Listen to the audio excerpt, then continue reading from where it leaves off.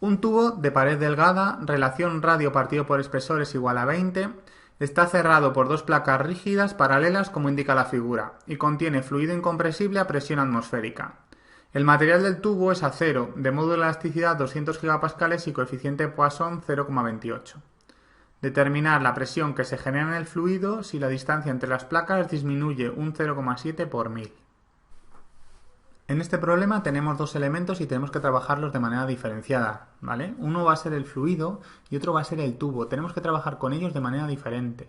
Es decir, vamos a tener que hacer el tensor de tensiones del tubo, el tensor de tensiones del cilindro y luego probablemente podamos buscar una compatibilidad de deformaciones entre uno y otro.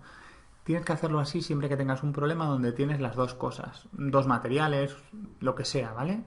Por ejemplo, en este tema tenemos el fluido. El fluido lo estás aplastando en Z, porque digamos tenías las placas así puestas y una se junta. Es decir, que lo estás aplastando en Z, lo cual va a intentar que el fluido va a entender, si tú lo aplastas, va a tender a crecer. Y si crece, como tiene una camisa de acero que lo recorre, ese crecimiento no lo va a poder hacer. Es decir, que la camisa de acero va a generar una presión sobre el fluido que va a ser la misma que el fluido genere sobre el tubo, quiero decir. Por acción-reacción, la tercera ley de Newton, ¿vale? ¿Qué me interesa sobre todo que sepas? Que el fluido, en el fondo, es como si fuera un cilindro macizo de agua, o de fluido, del que sea, ¿vale? Entonces, siempre que tengas un elemento macizo trabajando a compresión, sigma R y sigma θ son iguales. Un cilindro, ¿vale? Siempre que tengas un cilindro macizo a compresión, sigma R y sigma θ son iguales. Por lo tanto, tu tensor de tensiones, el del fluido,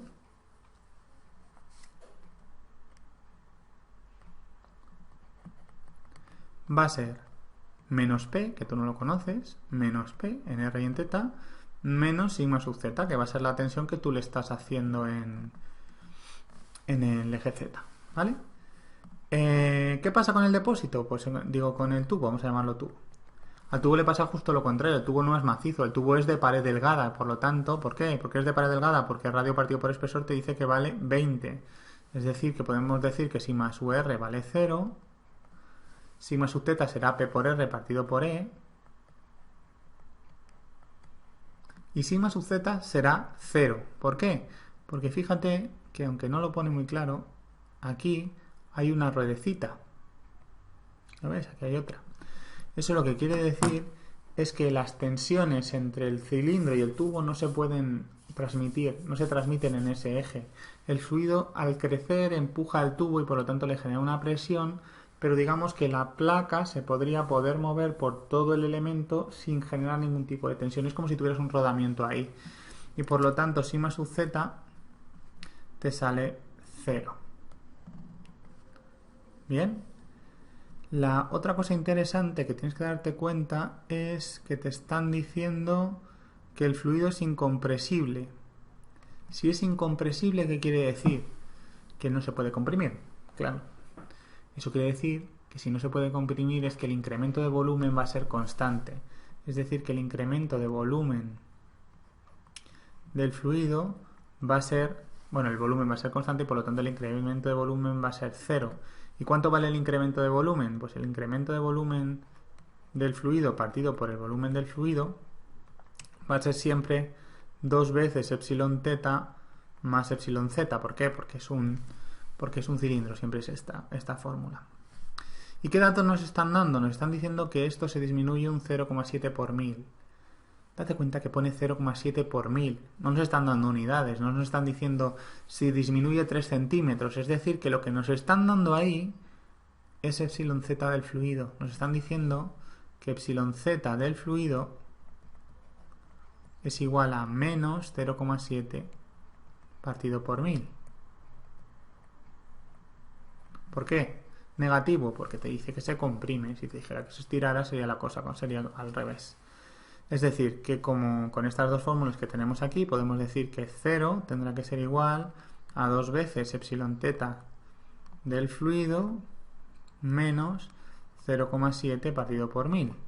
Es decir, que aquí podemos decir que epsilon z del fluido, epsilon sub θ del fluido, perdona, sería igual a 0,7 partido por 2000.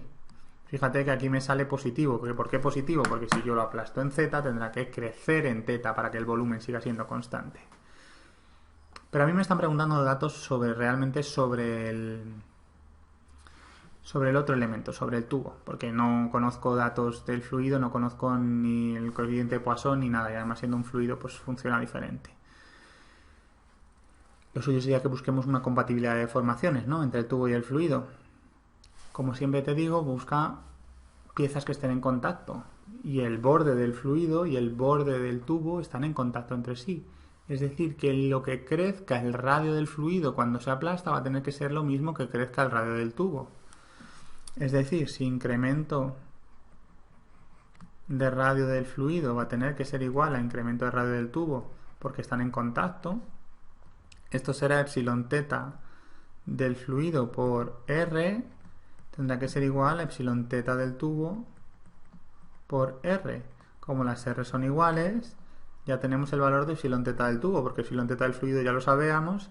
Esto será que 0,7 partido por 2000 también tendrá que ser igual a epsilon teta del tubo.